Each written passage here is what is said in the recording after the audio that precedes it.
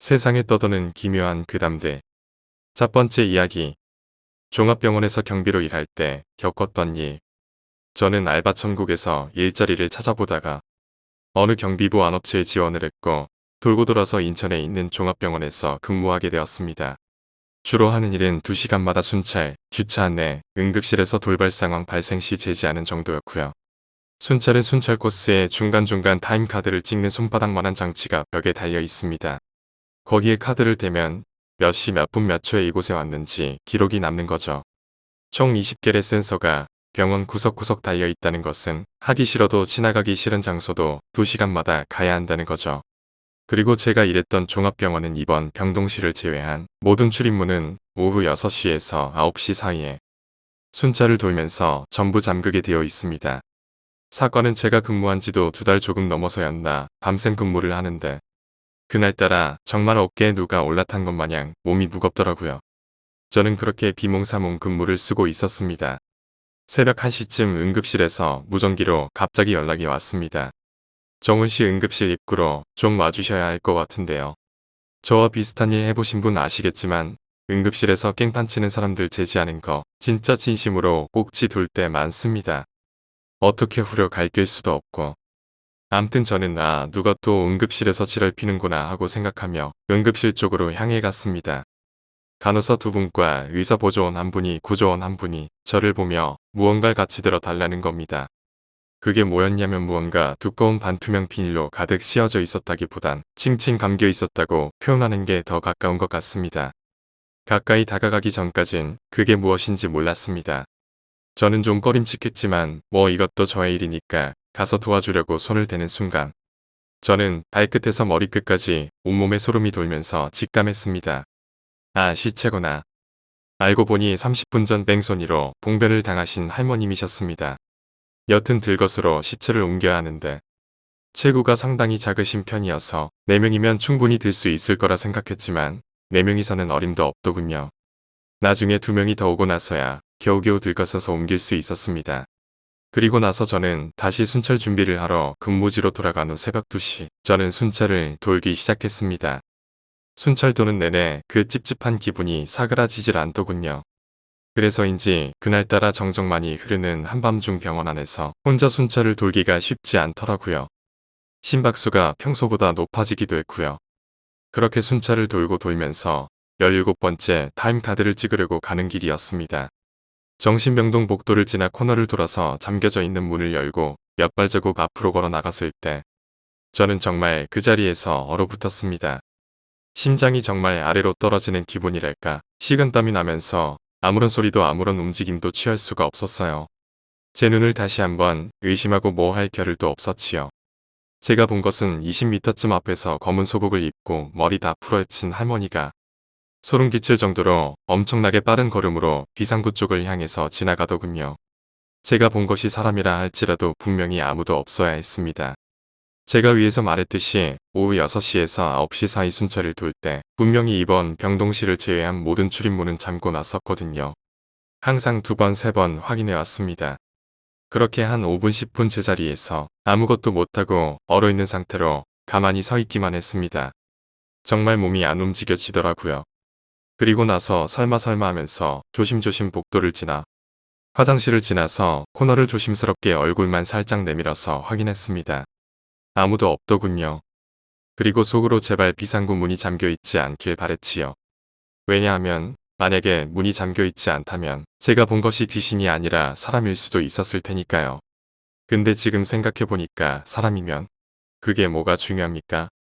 그땐 이미 제 영혼 반쯤 털린 상태였는데 암튼 저는 조심스럽게 손잡이를 잡고 문을 열어보려 했지만 열리지 않더군요. 심장 박동수가 다시 한번 급빨라졌고 정말 어떻게 해서든 그 자리를 벗어나고 싶더라고요. 정말 저는 이전에는 귀신 영적인 존재에 대해서 전혀 믿지 않았거든요. 직접 본 것만 믿어왔으니까요. 영적인 존재를 항상 부정하던 저로선 엄청난 충격과 공포, 그리고 말로 표현할 수 없는 두려움에 떨어야 했습니다. 그리고 저는 순찰을 마저 돌지 않고 그날을 마지막으로 일을 그만두었고요. 그 이후에 한동안 그날 있었던 일 후유증에 시달리다가 이제는 아무렇지도 않게 이야기할 수 있을 정도가 되었네요. 솔직히 누가 귀신 또는 영적인 존재를 보고 놀라서 소리 질렀다 말하면 저는 왠지 그게 거짓말 같고 못 믿겠더군요. 왜냐하면 사람이 정말 겁에 질리면 입 뻥끗 하나 못하게 된다는 걸 전 그때 알았거든요. 두 번째 이야기. 70년대의 노루고기. 저희 친가는 경북 의성입니다. 70년대 중반의 마을에서 일어났던 사건으로 저희 아버지께서 말씀해 주신 걸 토대로 옮겨보겠습니다. 요즘도 시골 마을은 해가 지면 딱히 즐길 거리가 없다고 하셨습니다. 기껏해야 이웃집으로 마시를 가거나 댁에서 TV를 보며 쏠거리를 하기 마련이라고 말이지요. 그 당시에도 당시 마을 이장분께서는 막걸리 한 사발을 받아 이웃집에 마시를 가시던 중이셨습니다. 도시의 이웃과는 다르게 집집마다 좀 떨어져 있어서 몇백 미터를 걸어서 가야 했는데 조용한 시골의 밤길을 가다가 보니 뭔가 희미하게 이상한 소리가 들리셨답니다. 뭔가 짐승의 울음소리 같기도 하고 사람의 신음소리 같기도 한 도무지 분간할 수 없는 소리가 났고 자신도 모르게 소리의 근원지를 따라 발길을 돌리셨습니다. 소리가 가까워올수록 이장님께선 그곳이 마을 토박이인 이신의 집인 것을 확신하셨고 쟁걸음으로 달려가 보니 아니나 다를까 더욱 가까이서 소리가 들리셨다고 합니다. 그런데 분명 그 집에서 나는 소리가 맞았지만 집주인도 없이 불이 꺼져 있는 집안에 도대체 무슨 일인가 궁금한 반 긴장감 반이었다고 합니다. 그러다 혹시라도 산짐승이 집으로 흘러들어와 집안을 파헤치고 있는 게 아닐까 하는 생각이 들었다고 합니다. 그래서 농기구를 모아놓은 창고로 살금살금 가서 곡괭이 하나 들고 나와서 손전등을 집 쪽으로 비추며 집어들고 다가갔답니다. 그때만 해도 시골길은 가로등이 별로 없어서 건전지가 들어가는 손전등을 들고 다니셨다고 합니다. 옛날 시골 기와집 형태였습니다. 마루 아래쪽의 빈 공간에 불빛을 비추자 뭔가가 눈에 들어왔고 그것은 다름 아닌 이씨의 막내딸이었습니다.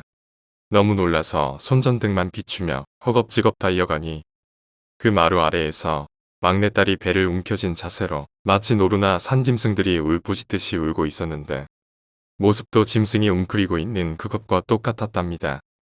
그리고 더욱 놀라운 건 가까이서 자세히 보니 움켜쥔 배 안쪽으로 선혈이 낭자했고 그 앞엔 큰 부엌칼이 역시 선혈이 묻은 채로 놓여져 있었습니다.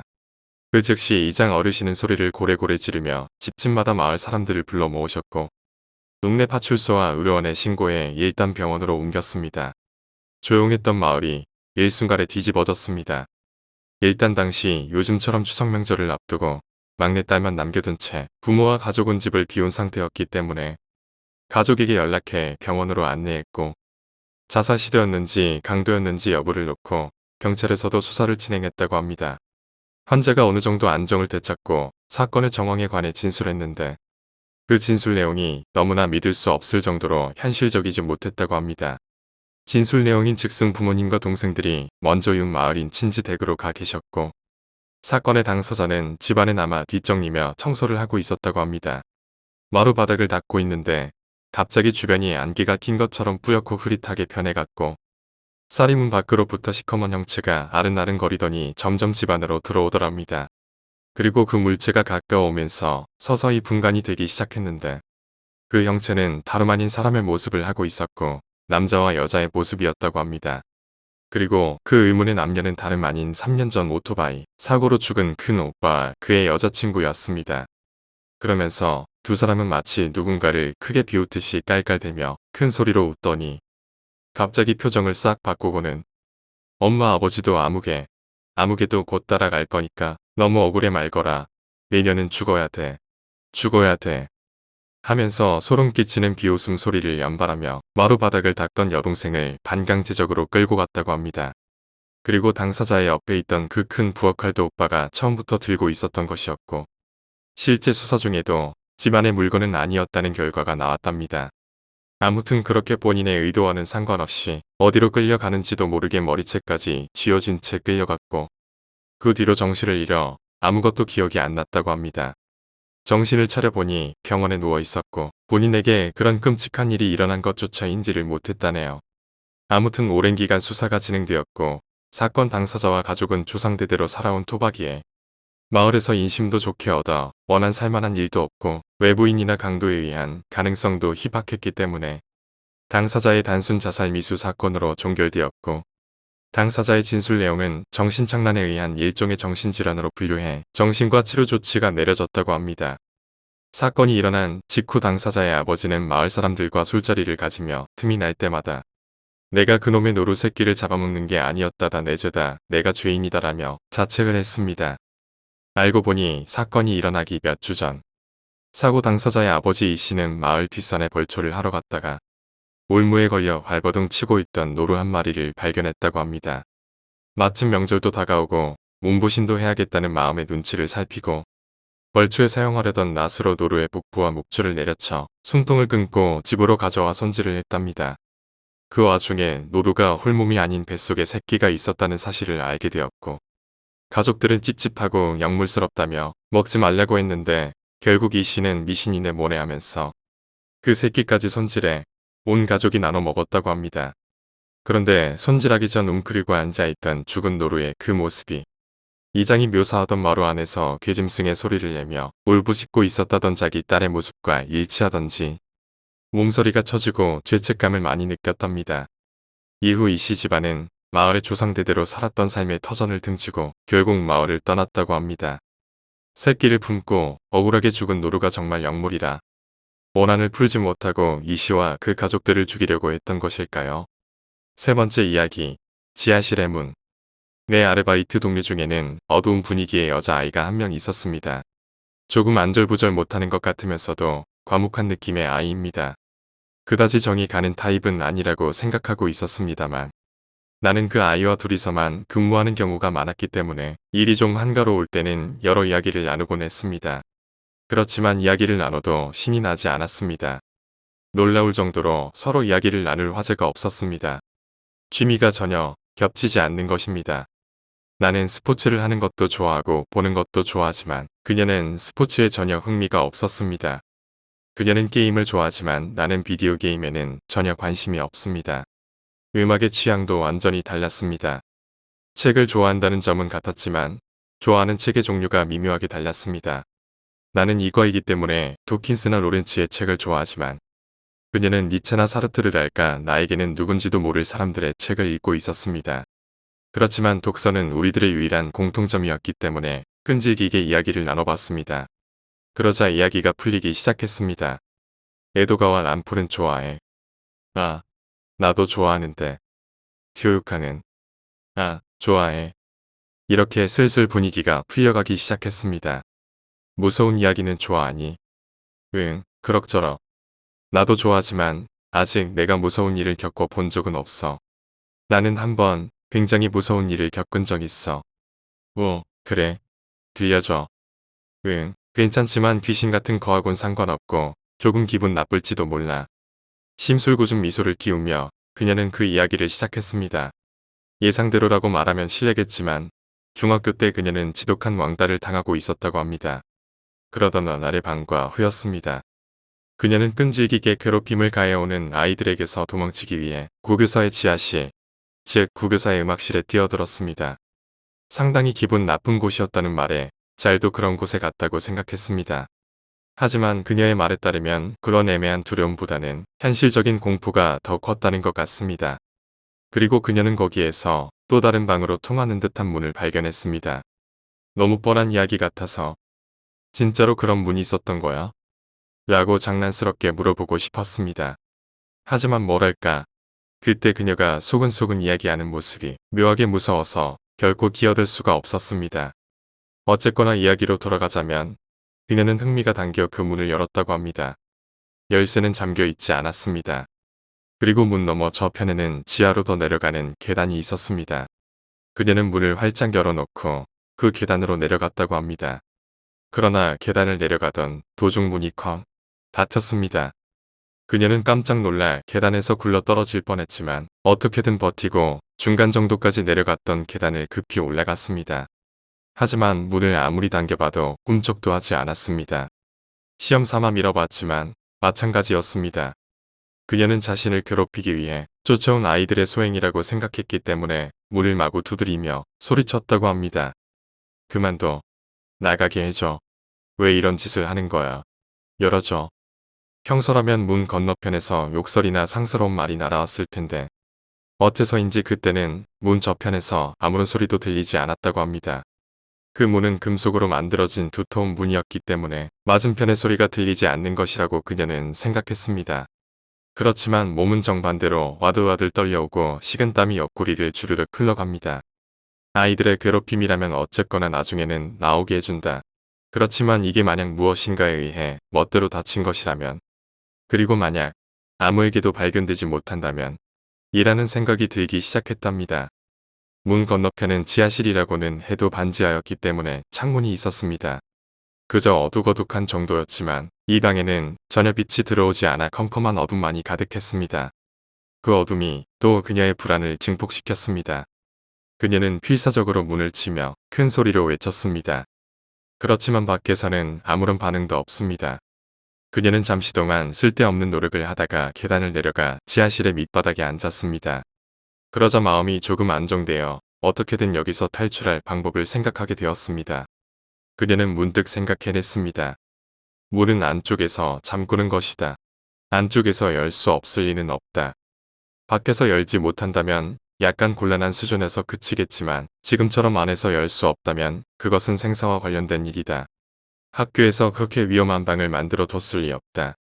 라고 생각하며 스스로도 의외라고 생각될 정도로 냉정하게 판단한 그녀는 다시 계단을 올라왔습니다. 그리고 문을 손으로 만지며 열쇠를 찾았습니다. 어째서인지 문에는 여기저기 튀어나온 것들이 있었습니다. 그렇지만 열쇠 같은 것은 도저히 찾을 수 없었습니다. 그런데 그때 그녀의 발에 무엇인가가 콩 하고 맞았습니다. 설마 한순간 무서운 상상을 해버린 그녀였지만 과감히 발밑을 살피자 그것은 손전등이었습니다. 마음이 놓였습니다. 만약 이 손전등이 켜진다면 제법 도움이 될 텐데 그녀는 그다지 기대를 하지 않으면서도 손으로 더듬어 스위치를 켰습니다. 그러자 밝은 빛이 켜졌습니다. 좋았어. 그녀는 문을 손전등으로 비추어 보았습니다. 그런데 거기에는 그 금속으로 된 문에는 피투성이인 인간의 벗겨진 손톱이 여기저기 박혀 있었습니다. 그리고 살려줘라는 글자가 피로 문 가득 써 있었습니다. 여기까지 이야기하고 그녀는 드디어 나를 보며 웃었습니다. 잠시 동안 침묵이 흘렀습니다. 그리고 겨우 나는 한껏 잠긴 목소리로 물었습니다. 그래서라니? 아니, 그러니까. 가장 중요한 부분을 듣지 못했습니다. 아, 그 손전등으로 바닥을 비췄더니 백골사차라도 찾았다고 말할 줄 알았어. 그랬으면 이 이야기도 훨씬 무서워졌겠지만 그런 건 못 봤어. 직접 겪은 이야기는 무섭다고 해봐야 이 정도야. 자, 그럼 슬슬 다시 일하자. 라고 말했습니다. 아니, 그런 이야기가 아닙니다. 그런 뻔한 것보다 훨씬 중요한 것이 있습니다. 도대체 그녀는 그 안에서 어떻게 빠져나온 것일까요? 그러나 그날은, 아니 그날뿐만 아니라 그 후도 지금까지도 그녀와 다시 이야기할 기회는 없었습니다.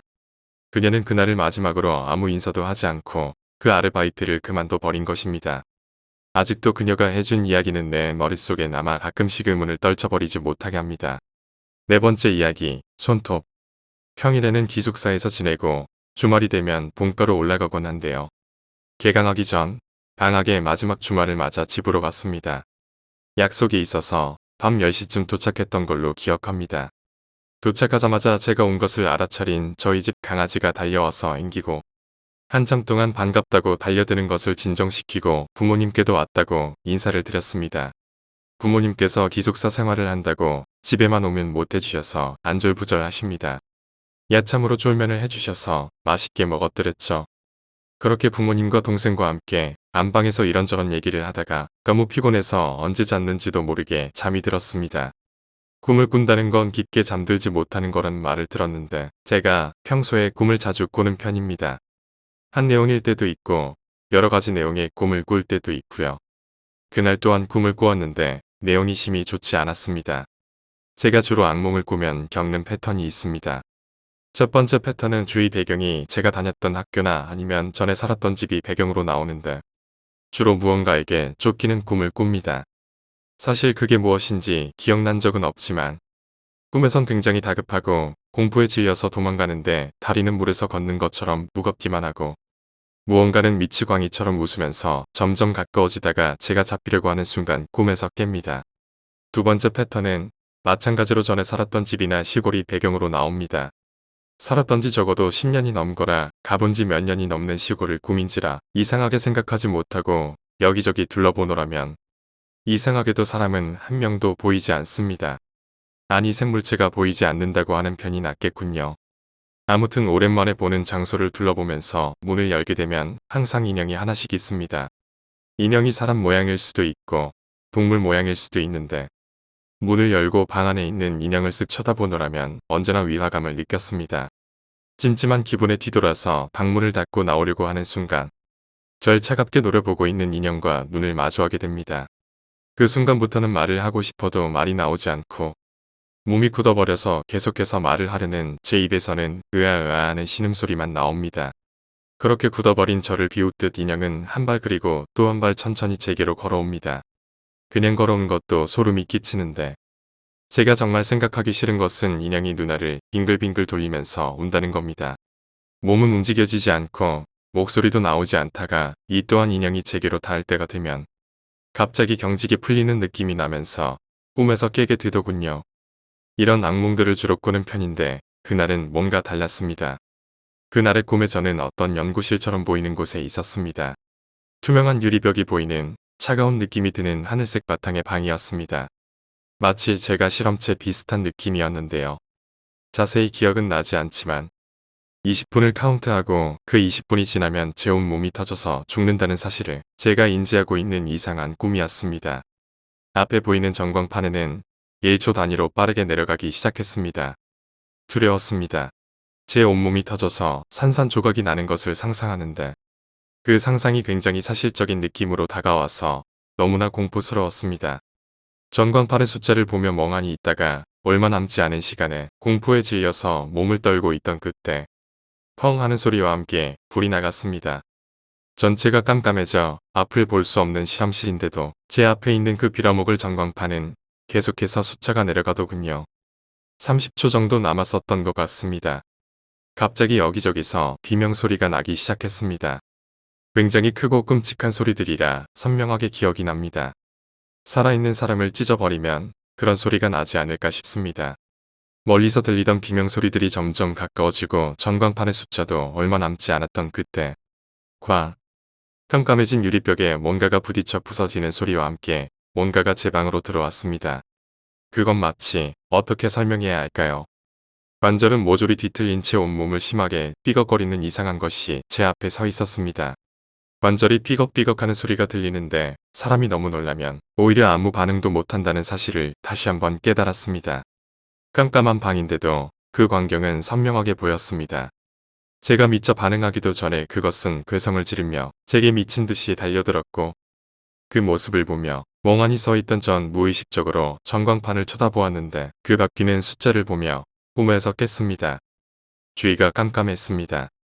멍한 머리로 아내가 안방에서 있다가 잠들었구나 하고 판단하고 꿈이구나 하고 한숨을 쉬며 식은땀을 닦으려는데 손이 안 움직였습니다. 설마 또 그건가 하고 생각이 들었습니다. 한여름에도 머리부터 발끝까지 이불을 뒤집어 쓰고 자는 습관이 있는 저로선 그저 이불 안에서 몸을 움직여 보려고 안간힘을 쓰고 있었죠. 그때였습니다. 이불이 살며시 들쳐지는 느낌이 나면서 뭔가가 제 한쪽 손과 발을 잡고 굉장한 한기와 함께 제 손바닥과 발바닥을 두껍고 긴 손톱으로 찍어 누르기 시작했습니다. 맨 정신이었던 저는 너무나 놀라서 계속해서 손톱을 부리치려 했지만 좀처럼 놔주지 않는 손에 눈물이 날 것만 같았습니다. 얼마간의 시간이 지났을까요? 손과 발을 찢을 기세로 누르던 감촉과 한기가 순간적으로 없어져서 안도의 한숨을 내쉬려던 찰나 이번에는 그것이 제 얼굴을 잡았습니다. 다시는 느끼고 싫지 않던 한없이 차갑고 딱딱한 그 손톱의 감촉을 다시 한번 되새기며 이 상황을 벗어나고 싶은 생각이 간절하던 그때 순간적으로 반야심경이 생각났습니다. 우스울지도 모르시겠지만 너무나 절박한 그 상황에 기독교 신자인 분들은 주기도문이나 기도를 한다고 들었는데 불교 신자인 저는 이 상황에서 기댈 수 있는 게 반야심경밖에 없었습니다. 급한 마음에 중얼중얼 반야심경을 읊조리기 시작했습니다. 잘 나오지 않는 목소리로 한 구절 외워가는데도 얼굴을 잡은 손은 떨어질 기미가 보이지 않았고 심지어 마지막을 향해 읊조리고 있을 때 제 목소리가 라디오의 잡음처럼 지직지직하며 들리기 시작했습니다. 주파수를 맞출 때 삐익 지직 삐잉하는 소리에 제 목소리가 묻힌다고 느꼈을 때 어느 순간 손이 움직여지는 걸 느꼈습니다. 이불을 확 걷어버리고 방 안을 둘러보는데 왼쪽에는 부모님이 주무시고 계시고 어두운 방 안에는 정적만 흐를 뿐이었습니다. 한참 동안이나 멍하게 앉아있던 저는 식은땀을 닦으며 도저히 이대로는 다시 못 잘 것만 같아서 어떡하지 하고 고민하다가 개가 귀신을 쫓는다는 말을 들은 적이 있어 잘 자고 있는 강아지를 데려다가 품 안에 안고 주위를 한참이나 둘러보다가 쫓기듯 잠이 들었습니다. 저는 가끔 가위에 눌렸었던 경험이 있지만 실제로 무언가가 제 몸에 위해를 가했던 적은 없었는데 이번에는 제 몸에 닿았던 그 손톱의 감촉이 너무나 생생해서 더 두려웠습니다. 5번째 이야기. 미인도. 나는 도쿄에서 고미술 관련 물건을 다루면서 입에 풀칠을 하고 있는 사람입니다. 그런데 이 일을 하고 있노라면 가지각색의 불가사의한 현상에 마주치곤 합니다. 이 이야기는 지금까지 겪었던 일 중 가장 강렬했던 일에 관한 것입니다. 사건은 3년 전에 일어났습니다. 나는 아니기시의 어느 큰 농가에서 창고 정리를 의뢰받았습니다. 무엇이든 팔아서 아들의 사업 자금을 마련하려는 것이었습니다. 나는 바로 그 훌륭한 창고 속을 친구와 뒤지기 시작했습니다. 눈에 띈 물건을 살펴보고 있는데 갑자기 친구가 우울하고 중얼댔습니다. 무엇인가 흥미로운 물건이라도 찾은 것인가 싶어 다가가 보니 친구는 일장의 그림을 열심히 보고 있었습니다. 카노우파인가? 틀림없지. 누가 그린 건데? 친구는 그림이 들어있던 상자의 감정서를 살펴보았지만 아무것도 써져 있지 않았습니다. 무명 화가 작품인가? 아니, 어두워서 잘 보이지는 않지만 상태로 봐서는 애도 중기 작품이야. 메이워나 아네이츠. 어쨌거나 밝은 곳에서 낙관이랑 서명을 조사해보자고. 우리들은 밖으로 나와 다시 한번 그림을 보았습니다. 그림은 눈이 확 뜨이는 미인도였습니다. 화풍은 확실히 카노우파였고 선은 두껍고 색은 선명했습니다.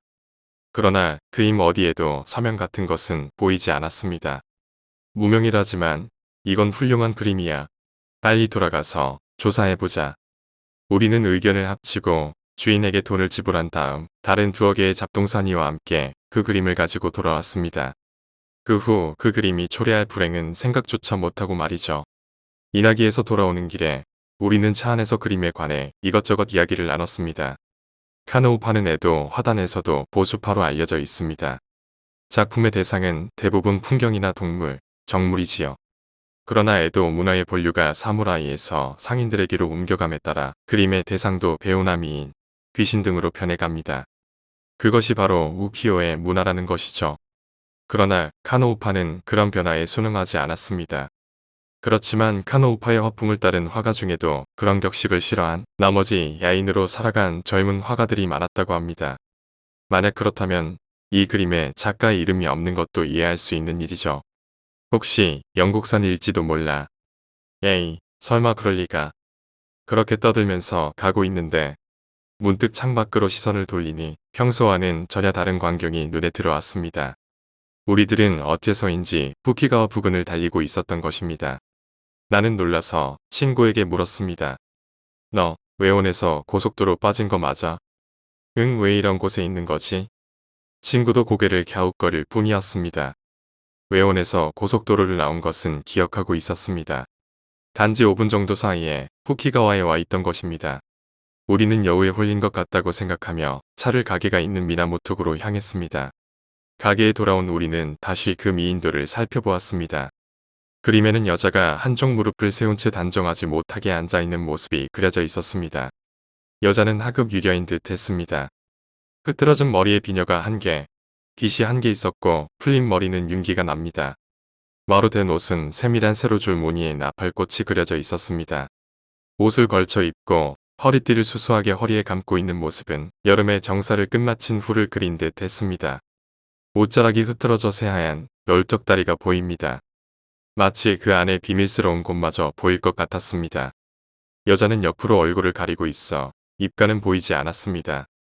우리는 말을 잃었습니다. 흐트러진 머리를 묘사한 그 세밀함과 나전으로 만든 빛의 치밀함, 기모노의 선명함까지 이런 그림을 그릴 수 있는 화가는 도대체 누구인지 궁금했습니다. 그렇지만 무엇인가 기분 나쁜 꺼리껴지는 감각이 느껴졌습니다. 마치 한밤중에 아무런 이유 없이 불현듯 불안해지는 것 같은 느낌이었습니다. 이유는 여자의 눈이었습니다. 우리들에게 곁눈질하고 있는 찢어진 것 같이 길고 세밀한 눈 속 눈동자는 마치 바늘로 찍은 것 같이 작았습니다. 친구 역시 같은 것을 느끼고 있었던 것인지 순식간에 그림을 말아서 원래 있던 상자에 집어넣었습니다. 그리고 나에게 말하는 것입니다. 뭐라고 해야 할까? 기분 나쁜 그림이지? 응, 조금 그런데. 시간도 늦었고 오늘은 이쯤 하고 갈까? 그리 늦은 시간은 아니었지만 친구는 빠르게 자동차에 올라타고 집으로 돌아갔습니다. 나도 가게에 불을 끄고 집이 있는 2층으로 올랐죠. 그리고 이상한 일은 그날 밤부터 시작됐습니다. 그날 밤 나는 돌아가신 할머니의 꿈을 꾸었습니다. 할머니는 내가 태어나기 전에 돌아가셔서 나는 얼굴조차 본 적이 없었지만 영정에 있던 얼굴과 옷을 입고 계셨습니다. 할머니는 슬픈 듯한 얼굴로 내게 말을 걸려고 하셨습니다. 그리고 그 순간 나는 요란스러운 전화벨 소리에 잠에서 깨어났습니다. 전화는 친구의 아내가 건 것이었습니다. 이런 늦은 시간에 무슨 일이신가요? 우리 그이가 교통사고가 나서 의식불명의 중태래요. 그니까 우는 그녀를 달래가며 사정을 들으니 친구는 자동차로 전봇대에 돌진해서 두개골이 골절됐다는 것입니다. 병원 중환자실에서 사경을 헤매고 있다고 했습니다. 도대체 어디에서 사고가 난 건가요? 그게 후카가와래요. 왜 그런 곳에 간 건지. 후카가와요? 나는 무심결에 부인의 이야기를 끊어버릴 정도로 큰 소리를 질렀습니다. 어쨌든 바로 병원으로 가겠습니다. 아니요. 면회를 할 수 없는 상태라 와주셔도 만나지는 못한대요. 상태가 변하면 바로 연락드릴게요. 나는 무거운 기분으로 수화기를 내려놓고 깜짝 놀라서 나를 바라보는 아내에게 사정을 설명했습니다. 그날은 밤을 새며 걱정했지만 다행히 친구의 상황이 악화됐다는 전화는 오지 않았습니다. 다음 날은 몹시 바쁜 하루였습니다. 우선 친구가 입원한 병원에 가서 부인에게 의문금을 건넸습니다. 그녀의 말에 따르면 겨우 한 곱이 넘기기는 했지만 아직 안심할 수는 없다고 했습니다. 그 후 나는 친구의 일까지 떠맡아 처리하고 한밤중에야 몹시 지쳐서 집에 돌아왔습니다. 그리고 악몽에 시달리다 잠에서 깼는데 옆자리에 아내가 없었습니다. 어디 갔나 싶어 두리번대고 있는데 아래층 가게에서 여자의 우는 소리가 들려왔습니다. 아내의 우는 소리였습니다. 나는 초조해하면서 계단을 내려갔습니다. 어두운 가게 속 말없이 울면서 목이 맨 아래가 보였습니다. 그리고 내 몸에는 소름이 돋았습니다. 아내는 손님 맞이용으로 만든 가게 안의 도코노마 앞에 엎드려 울고 있었습니다. 그리고 그 도코노마에 걸려있는 것은 그 미인도였습니다. 아내가 상자에서 꺼내 걸어둔 것 같았습니다.